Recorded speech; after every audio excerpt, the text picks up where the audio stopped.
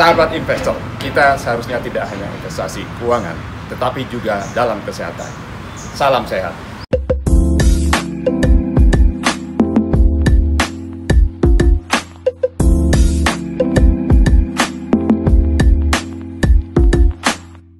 Halo teman-teman investor, selamat jumpa kembali di YouTube channel saya, Hamdi Hasarbaini. Kali ini saya mengundang teman lama saya, Heriadi Indra Kesuma. Ini teman-teman sama-sama dulu di pasar modal dan di bursa khususnya ya. Tapi kami berdua sudah alumni Bursa Efek Indonesia ya. Beliau ini sekarang di mana? Asset management ya. Asset management. Ya. Asset management artinya masih di dunia pasar modal ya. Masih sementara aktif di pasar ini modal. reksadana ya. Tapi Pak Heri ini juga pemusik sebetulnya, basis ya? Bukan ya? Pemusik, bukan. Bukan pemusik gitu. Dan penyuka musik aja. Penyuka musik ya. Nah, karena dua pengalaman itu, jadi orang pasar modal juga, kemudian penyuka musik juga. Kita kali ini diskusi soal gimana monetize hobi sebetulnya, khususnya hobi musik ya. Dan dikaitkan dengan pengalaman di pasar modal, gimana caranya bisa meng-create suatu bisnis berdasarkan hobi tadi, khususnya musik, kemudian terjun ke pasar modal, apakah itu melalui fintech, melalui crowdfunding, melalui pasar modal, melalui IPO, segala macam. Mungkin idenya gitu ya, Her? Betul ya? Betul. Jadi mungkin ya mungkin cerita ini dulu ya, konsepnya gimana sih Her? Kira-kira gimana Her? Jadi terus terang awalnya saya secara pribadi saya hanya penikmat musik. Tapi kebetulan saya melihat anak saya punya talent di sana dan teman-temannya juga punya talent yang luar biasa di musik. Jadi kita kumpulkan Pak. Kemudian saya coba anak-anak ini kalau memang mereka punya hobi dan bisa dimonetize, kita bantu, kita upayakan bagaimana ini supaya lebih serius, optimal, dan bisa menghasilkan kan gitu. Karena ujung-ujungnya hobi kalau cuman untuk diri sendiri buat apa? Tapi bisa di leverage, dimanfaatkan ekosistem yang ada. Dari sana sih awal mulanya. Jadi kita bikinin mereka band, kita asah mereka gimana, kita dorong bagaimana mereka bisa terbitin single. Dan next ini yang menarik. Bagaimana juga kita mendorong mereka untuk menciptakan sesuatu entrepreneurship itu dengan pendekatan capital market. Oke, itu menarik nih Her. Jadi kita menggabung dua ilmu nih, ilmu capital market dan ilmu musik lah ya. Saya bukan ahli musik, jadi saya nggak begitu paham. Jadi mungkin gimana tuh Heri menggabungkan antara tadi ya hobi khususnya musik. Kemudian bisa dikepetelai di capital market gitu. Sebetulnya sekarang ini kan mudah sekali kita kalau punya kemampuan berkesenian, berkarya itu mudah. Karena apapun bisa kita create dan kita bisa post ke berbagai macam media. Dan tentunya kalau spesifik di musik, banyak platform-platform digital musik yang menyediakan service untuk bisa menampung kreativitas kita, kan gitu Pak. Nah tapi kembali, menurut saya bagaimana supaya ini bisa menjadi sukses, ujung-ujungnya kan funding juga, gitu, funding gitu. Karena untuk membuat suatu karya itu menjadi bagus itu juga butuh biaya, gitu. Kalau selama ini mungkin kebanyakan artis pemula itu masih memanfaatkan finansial dari lingkungan sekitar. Saya berpikir kenapa nggak pakai pendekatan startup. Memang awalnya pasti dari seed fundingnya dari orang sekitar, orang tua atau teman gitu. Tapi ke depan kalau mereka membuat suatu entitas tersendiri menjadi lebih jelas, lebih clear, gitu, lebih jelas, lebih clear. Dan bahkan kalau dia sudah bentuknya entitas itu kita bisa kita punya tujuan, keinginan atau project lewat platform-platform crowdfunding misalnya. Ya gitu. Itu sih salah satunya. Dan kemudian kita melihat juga ke depan dengan kita masuk ke platform-platform digital itu, mereka memberikan insight tentang siapa saja yang streaming, lokasinya, gendernya, terus demografinya, which is ini sesuatu yang sebetulnya bisa dimanfaatkan juga, dikapitalisasi. Artinya kita bisa menawarkan kepada entitas-entitas bisnis yang lain yang match dengan kebutuhan mereka. Misalnya saya bayangkan bahwa industri game atau film itu sangat membutuhkan musik untuk menciptakan nuansa di dalam film mereka gitu. Jadi atau dunia iklan. Beberapa produk pasti membutuhkan icon-icon yang sesuai dengan usia pihak yang membawakan lagunya misalnya, dan tema-tema lagunya itu sendiri gitu, Pak. Oke.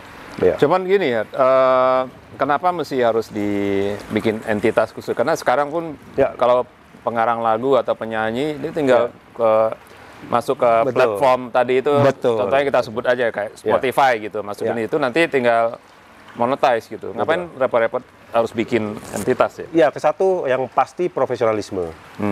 Dengan adanya satu entitas, mereka menjadi pemegang saham. Jadi besar atau kecilnya entitas ini ditentukan oleh mereka sendiri sebagai pemegang saham. Semakin mereka produktif, semakin mereka bisa menghasilkan karya-karya yang bagus, akan menaikkan value dari company ini sendiri. Itu kesatu. Kedua, dari beberapa insight yang bisa didapat dari platform digital, itu kita bisa melakukan future valuation yang mungkin bisa menarik investor lain yang lebih besar di saat nanti entitas ini misalnya akan fundraising lewat visi atau mungkin tahap awalnya angel investor dulu, yang kemudian lewat multiple fundraising series gitu, mereka bisa dapetin funding dari beberapa visi. Pertanyaannya, bisnisnya apa gitu?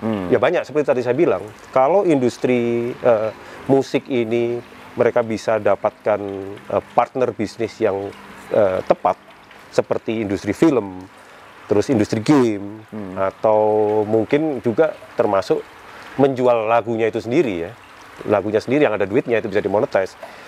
Saya rasa ini bisa menjadi faktor yang menarik untuk meningkatkan valuasi daripada entitas itu sendiri gitu, Pak. Paham? Ya, karena kan selama ini kita tahu artis itu kan begitu lagi laku dia banyak duit, begitu nggak laku hidupnya sengsara gitu. Nah, gimana caranya untuk mengatasi itu? Ya, itu persoalan kembali kalau kita kembali di link dengan individu personal, itu kecenderungannya unsur subjektivitas atau hal-hal yang lebih terkait dengan personal itu akan masuk. Itu yang menyebabkan umumnya banyak kita baca misalnya story atau artis yang merasa, waduh, pada saat senang mereka banyak duit, tapi di saat tertentu mereka menjadi suffer di saat mereka sudah tidak produktif lagi misalnya. Memang royalti ada, tapi kembali royalti udah karena tidak di-manage sendiri, akhirnya harus berbagi dengan pihak lain yang memanage royalti itu misalnya, Pak. Padahal seharusnya itu semua bisa dimonetize untuk kepentingannya sendiri. Kalau sejak awal ini dikelola secara profesional, itu sih, Pak.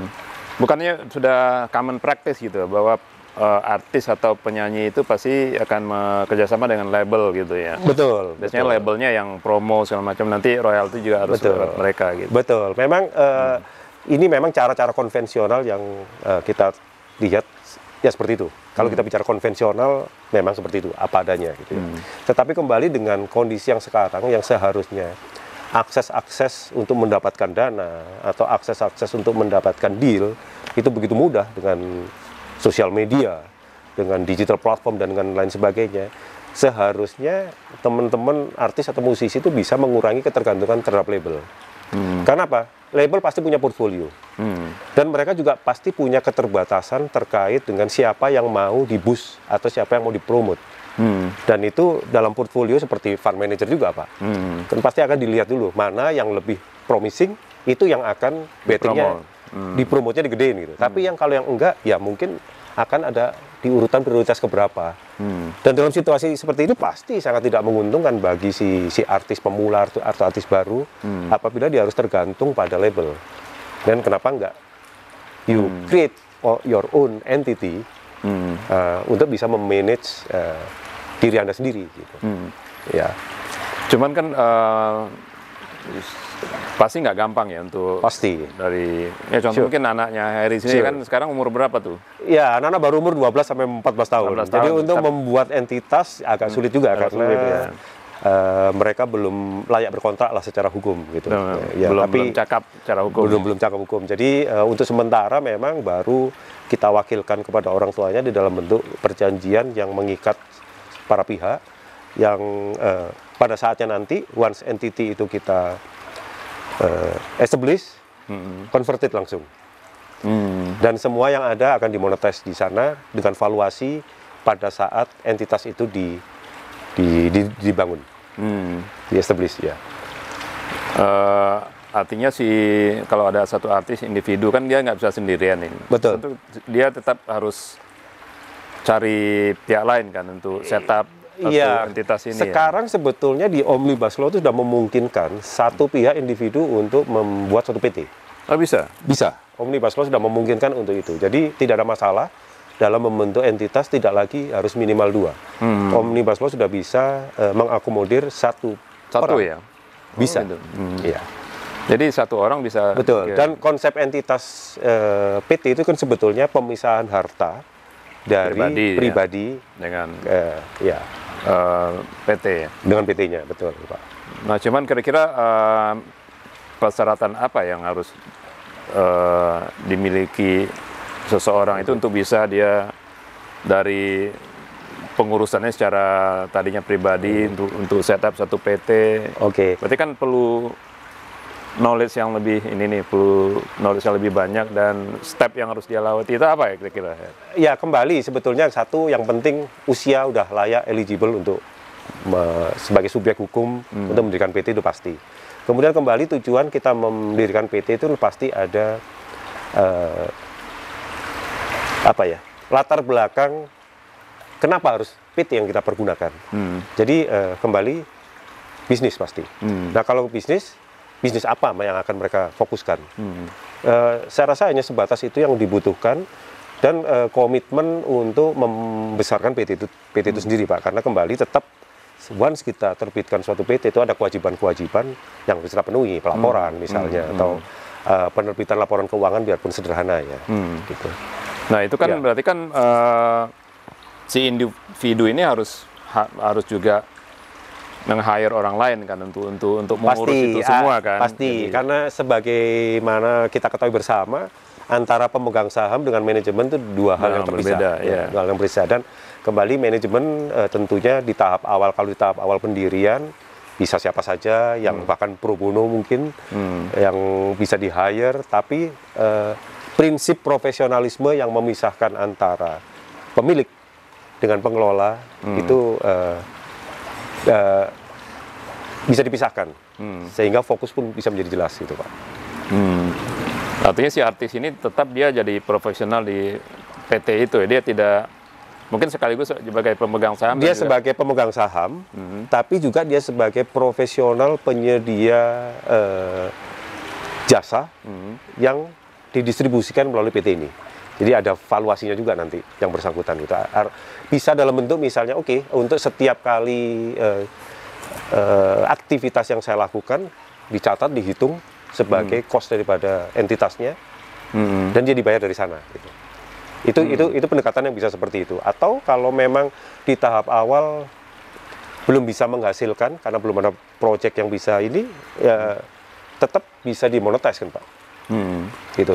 Hitung-hitungan berapa expense yang dikeluarkan itu akan menentukan dari misalnya di tahap awal mungkin rugi memang iya, tapi pada saat nanti untung kan pembagian lewat dividen karena dia sendiri sebagai pemegang saham. Ya. Ya. Artinya dia seolah-olah bekerja Untuk dirinya sendiri. untuk dirinya sendiri Dirinya ya. sendiri, tapi Melalui PT itu. melalui vehicle VT ini. Ya. Dengan Kira-kira skala- potensi gimana Her ya kalau untuk Indonesia contohnya? Atau apakah sudah ada contoh kasus yang success story gitu mengenai ini? Terus terang saya belum tahu, tapi kalau melihat Indonesia ini luar biasa ya. Bahkan Spotify pun itu saya sempat baca itu dalam 1 tahun itu bisa ada 220-an lebih artis baru di Indonesia. Indonesia. Indonesia aja gitu. Oh iya? Artis baru di Indonesia aja gitu. Dan pengalaman band anak-anak saya The Morbius ini. Oh, itu bandnya itu ya? Ya, The Morbius ini mereka baru launch itu, mereka launch 2 single, Pak. Single pertama sebulan yang lalu itu sudah sekitar 30 ribuan stream. Kemudian single kedua baru seminggu itu sudah 14.000 stream. Dengan total listener-nya itu ada sekitar 4 ribuan. Oh, oke. Ya, jadi rupanya memang orang suka musik di Indonesia banyak juga. Atau kita bilang bukan Indonesia, dunia bahkan gitu. Karena ternyata dari insight yang didapat dari Spotify justru banyak dari luar negeri sih yang streaming gitu, Pak. Ya. Oh, menarik ya. Jadi di Indonesia ada 220. Kalau saya nggak salah, saya baca di beberapa artis artikel. baru gitu. Iya. Setiap tahunnya, ya. Nah, cuman itu ya kita nggak pernah tahu gitu. Jadi mereka gimana untuk Iya, kita nggak tahu pendekatan mereka, apakah mereka sekedar hobi, kemudian mereka upload, masukkan ke platform digital, atau mungkin kalaupun serius, apakah mereka juga terikat pada satu manajemen artis, atau bahkan yang kalau label udah pasti yang ngurusin labelnya. Dan masuk ke label tentunya nggak gampang juga. Harus ada track record juga. Track record, betul. Dan bahkan untuk artis baru ada kemungkinan label pun nggak free juga untuk bisa masuk di dalam manajemen mereka. Selain proven quality, bahkan mungkin promotion harus kita tanggung sendiri juga. Saya nggak ngerti juga. Tapi sepengetahuan saya dari bicara dengan teman-teman, nggak mudah juga untuk masuk ke label. Yeah. Tapi dari segi pengalaman gimana, Her? Kalau label kan pasti memang mereka memang sudah ahli di dunia itu ya. Betul. Kalau artis kemudian dia setup company sendiri, kemudian promo sendiri, chance dia untuk bisa itu gimana? Nah, itu kembali. Sebetulnya kan kembali kata kuncinya itu seberapa kuat permodalan, Pak. Kalau ada permodalan cukup, itu kita bisa hire siapapun. Tim-tim untuk di media sosial, tim promotion, bahkan untuk misalnya mencarikan deal-deal yang bisa mendatangkan revenue, income gitu. Nah, kembali, kalau kita bicara raise fund, itu akan lebih mudah kalau dengan pendekatan startup. Yang penting, kita memang punya portfolio, kita punya proof,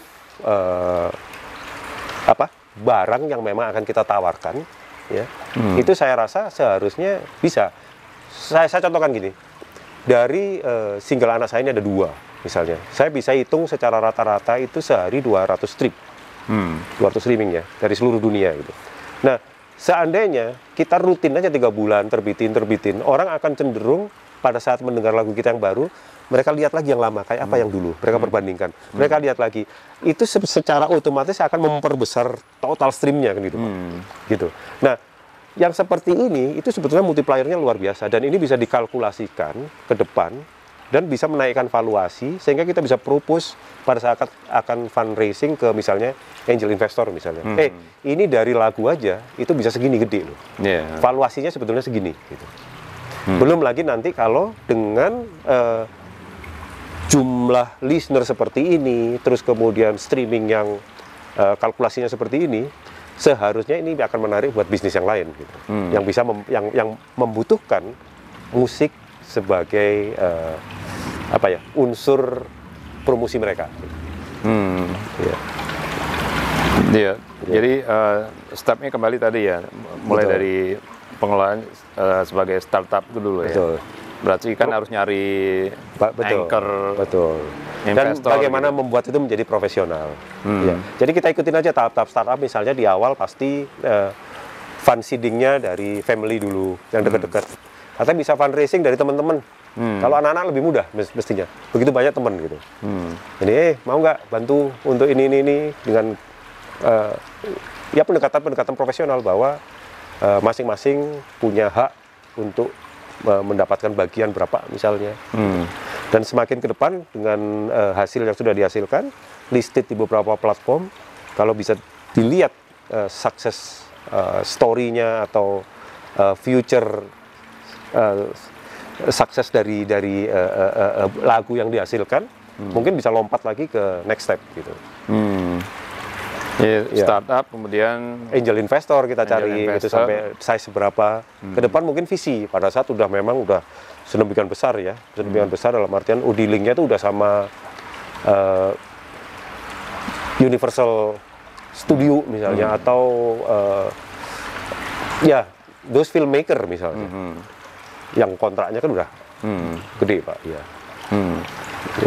Kemudian bisa lewat crowdfunding juga ya? Crowdfunding juga bisa, kalau masih kalau di Indonesia crowdfunding kan maksimal 2 miliar Pak. Ya, jadi kalau memang kebutuhan masih up to 2 miliar, bisa dicoba cara crowdfunding. Yang paling penting kan how to describe bisnis ini gitu. Prospeknya seperti apa ke depan. Hasil nyatanya seperti apa. Insight-nya juga kelihatan dari report-report yang diterbitkan oleh platform musik yang kita di mana produk kita listingin. Mungkin kita masuk ke step konkretnya di Her. Oke. Ya, langkah-langkah apa sih yang harus disiapkan mulai dari startup tadi ya untuk bisa jadi besar gitu. Apa yang langkah-langkah konkretnya apa yang harus dilakukan oleh seorang artis gitu yang sudah punya visi ke depan dia mau jadi besar gitu. Ya. Nomor satu kan yang pasti kita harus punya keyakinan lagu atau karya cipta kita ini memang layak dijual. Itu modal paling besar. Ya, kalau itu band, dipastikan bahwa setiap musisi yang terlibat di dalam band itu memang memiliki talenta yang bagus lah. Gitu. Faktor-faktor yang menunjang dan mendukung untuk suatu band itu bisa sukses. Yeah. Itu nomor satu. Nah, setelah itu yang berikutnya pasti pendanaan. Pendanaan cara terdekat orang tua pasti. Dalam konteks anak-anak saya, orang tua pasti. Orang tua diawali dengan saya, mungkin ke depan setelah terlihat ini loh, dalam periode segini itu udah bisa kita hitung seberapa mereka bisa potensi successfulnya gitu. Mungkin kita bisa ajak yang lain-lainnya, teman, kerabat, dan lain sebagainya. Dengan kita tetap menciptakan kreasi-kreasi lagu-lagu yang memang kita lihat mampu dijual dan memenuhi selera pasar, gitu. Nah itu untuk mengetahui selera pasar kan itu dari survei kan, dari mana tahunya? Gitu? Ya sebetulnya kita bisa lihat aja, kita misalnya genre lagu yang kita punya ini apa. Kemudian genre yang kita punya ini kita cek aja dari artis-artis yang membawakan genre seperti kita. Itu seberapa sebetulnya mereka traction kecepatan mereka bisa menghasilkan streaming atau penambahan jumlah listener, follower seperti itu. Sehingga ini yang akan bisa menentukan juga. Kalau kita memang masuk ke suatu genre yang quote unquote nggak terlalu banyak minat, ya don't expect tentunya kita akan dapat investor juga atau dapat streaming atau listener yang besar gitu. Tapi kalau kita bisa masuk ke suatu genre yang berdasarkan data yang ada, itu memang luar biasa, kita bisa optimis. Dari situ kita bisa membangun suatu, mengkalkulasikan suatu valuasi yang bisa menarik untuk ditawarkan pada saat kita lompat ke next step mencari investor yang lebih besar. Gitu Pak. Setelah mendapatkan investor yang lebih besar, yang sekiranya mereka juga melihat dari kalkulasi-kalkulasi berdasarkan data-data insight yang ada, tentunya akan lebih mudah lagi untuk mendapatkan deal dari sisi bisnisnya untuk menghasilkan revenue gitu. Misalnya kami nanti yang terbayang setelah kita cukup solid, kita bilang ini entitas dengan aset seberapa, kita akan optimis untuk datang ke beberapa perusahaan-perusahaan besar misalnya untuk menawarkan, ini lihat nih, kami punya portfolio, kami punya artis, reach-nya seberapa besar, kalau bicara dunia jangkauannya kemana, demografi pendengarnya seberapa, di usia berapa, kemudian dari sisi gender misalnya bisa ketahuan, sehingga produk apa yang match, yang membutuhkan musik sebagai supporting untuk promotion, gitu. Jadi kita akan lebih nyaman dan bisa lebih profesional untuk menawarkan produk kita, Pak. Ya, service kita dalam ini, lagu kita, gitu. Ya. Ada ini nggak sih ahli yang bisa valuasi musik itu kira-kira nilainya berapa sih? Projected value-nya berapa sih kalau misalnya kayak tambang, mungkin ada ahlinya untuk mengukur kira-kira tambang ini nilainya berapa sih gitu. Kalau musik ada nggak Her? Untuk bisa kan Ya. investor sebelum masuk dia pengen tahu dong. Betul. Gua masuk sekarang kira-kira valuasi nanti berapa sih gitu. Itu ada ini nggak? Ada ahlinya nggak? Terus terang saya nggak tahu Pak, tapi kalau kita pakai common sense pendekatannya, tentunya kita bisa ukur dari kecepatan multiplier dari streaming dari suatu lagu itu berapa. Misalnya kita bisa proyeksikan. Kemudian per stream itu kan ada harganya juga, itu ada value-nya. Gitu. Selain itu kembali seperti tadi saya sampaikan, kita harus secara rutin misalnya menerbitkan lagu-lagu yang baru secara periodik. Itu pun timing juga harus tepat. Karena akan ada kecenderungan pada saat lagu baru diterbitkan, orang akan mencari lagu yang lama seperti apa sih. Dan itu akan menambah stream yang lama juga, artinya menambah orang akan balik lagi yang ke yang lama, itu artinya akan menambah juga kemampuan dapetin uangnya gitu Pak. Ya. Monetizing-nya betul. Jadi memang harus konsisten. Kalau once mau profesional di sini, ya harus on schedule semua, tertata semua. Berarti sama kayak di medsos pun, misalnya di Instagram kalau mau monetize berarti tiap hari harus berapa kali posting gitu. Atau di YouTube berapa kali video seminggu atau sehari gitu ya.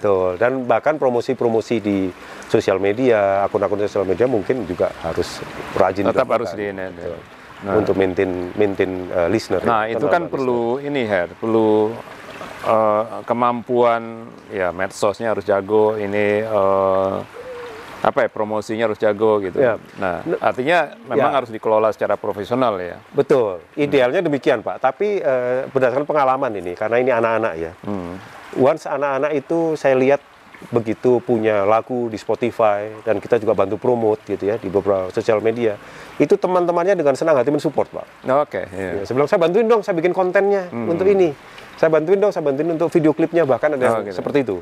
Dan itu kita pertimbangkan karena kembali ini kan sebetulnya channel-channel gratis untuk membantu promotion juga. Iya. Ya memang mengandalkan networks ya teman-teman. Sama kayak kita pun sebetulnya ya mengandalkan network ya. Betul. Kita bantu subscribe dong, follow dong gitu. Pasti gitu kan. Betul.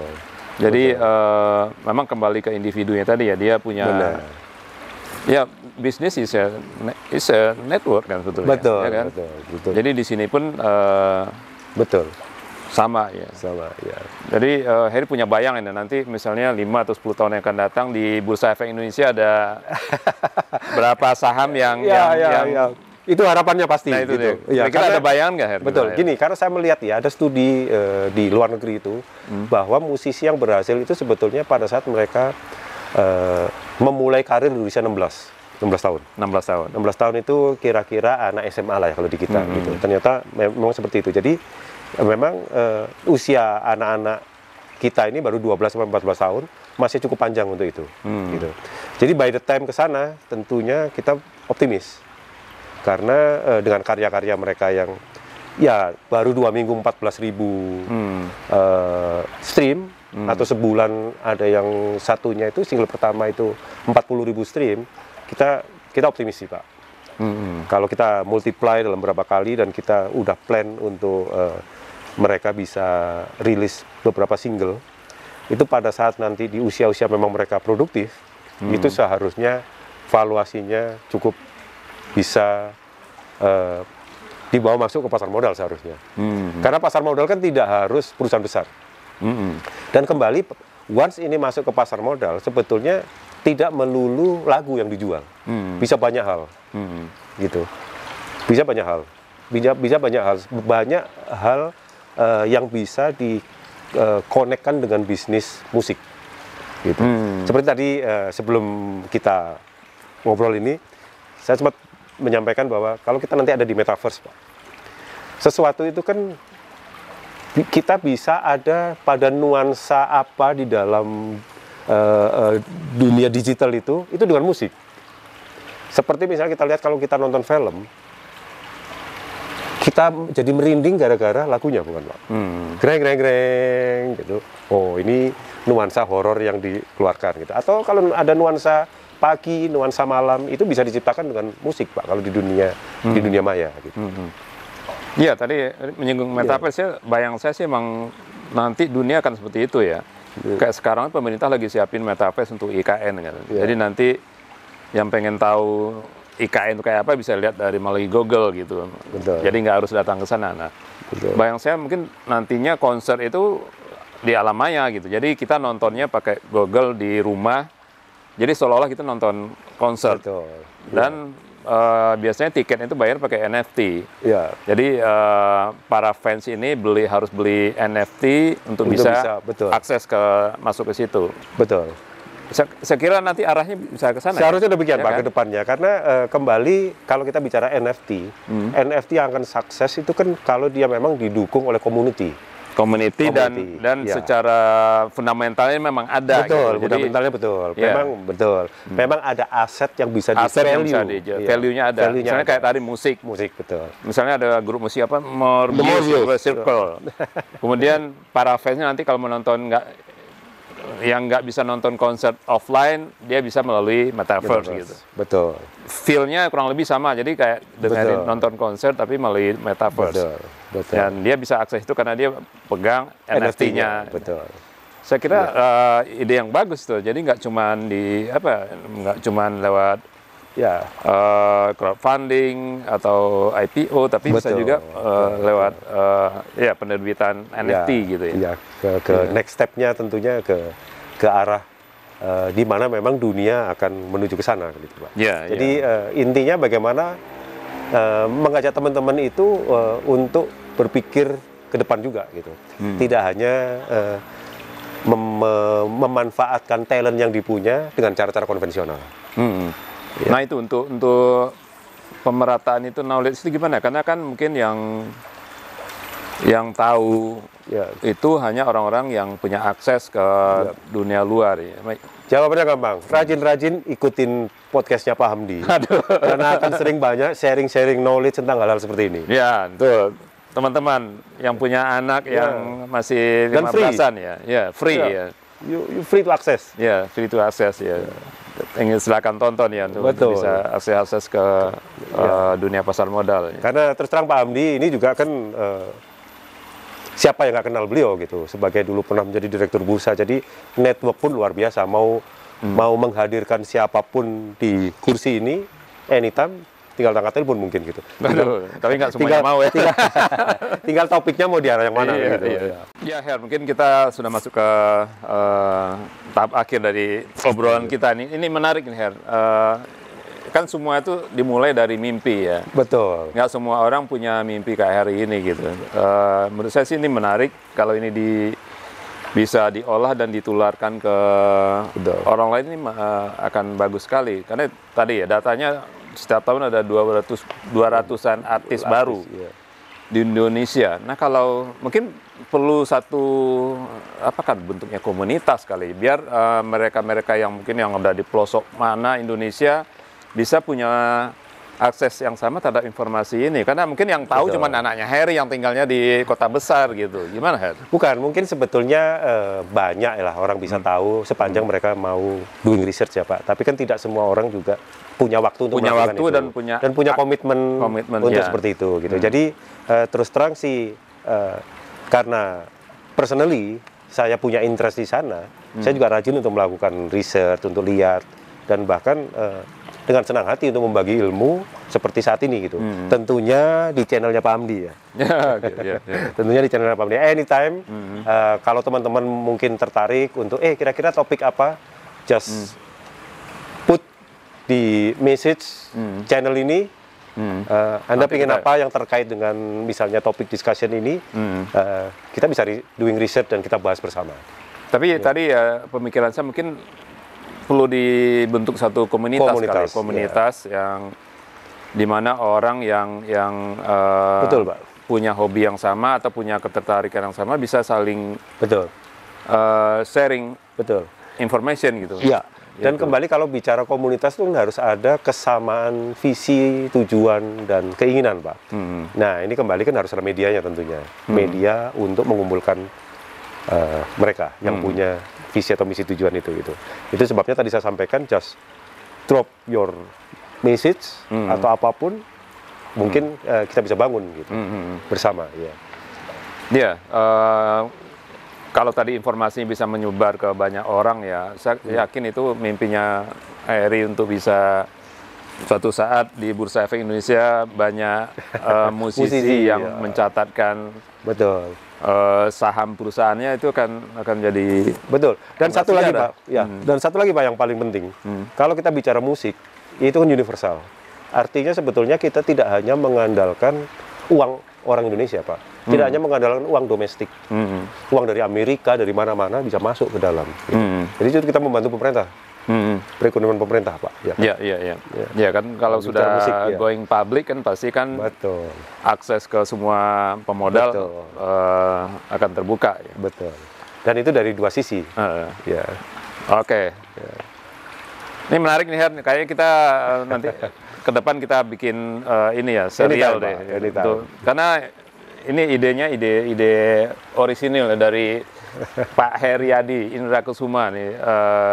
Suatu saat saya akan melihat bahwa atau paling dekat inilah band Morbius Circle akan tercatat di Bursa Efek Indonesia. Terima kasih, Gitu ya, terima Ren? kasih, terima kasih. Good Pak luck Hamdi. ini buat Thank you, Pak anaknya. Hamdi. Oke. Thank Thank you lah ya. Terima kasih, Oke. Pak. Ya, thank you. Demikian teman-teman bincang-bincang saya dengan Heriadi Indra Kusuma yang punya ide menarik bahwa suatu saat para musisi atau para artis yang ada di Indonesia bisa mencatatkan saham perusahaannya di Bursa Efek Indonesia.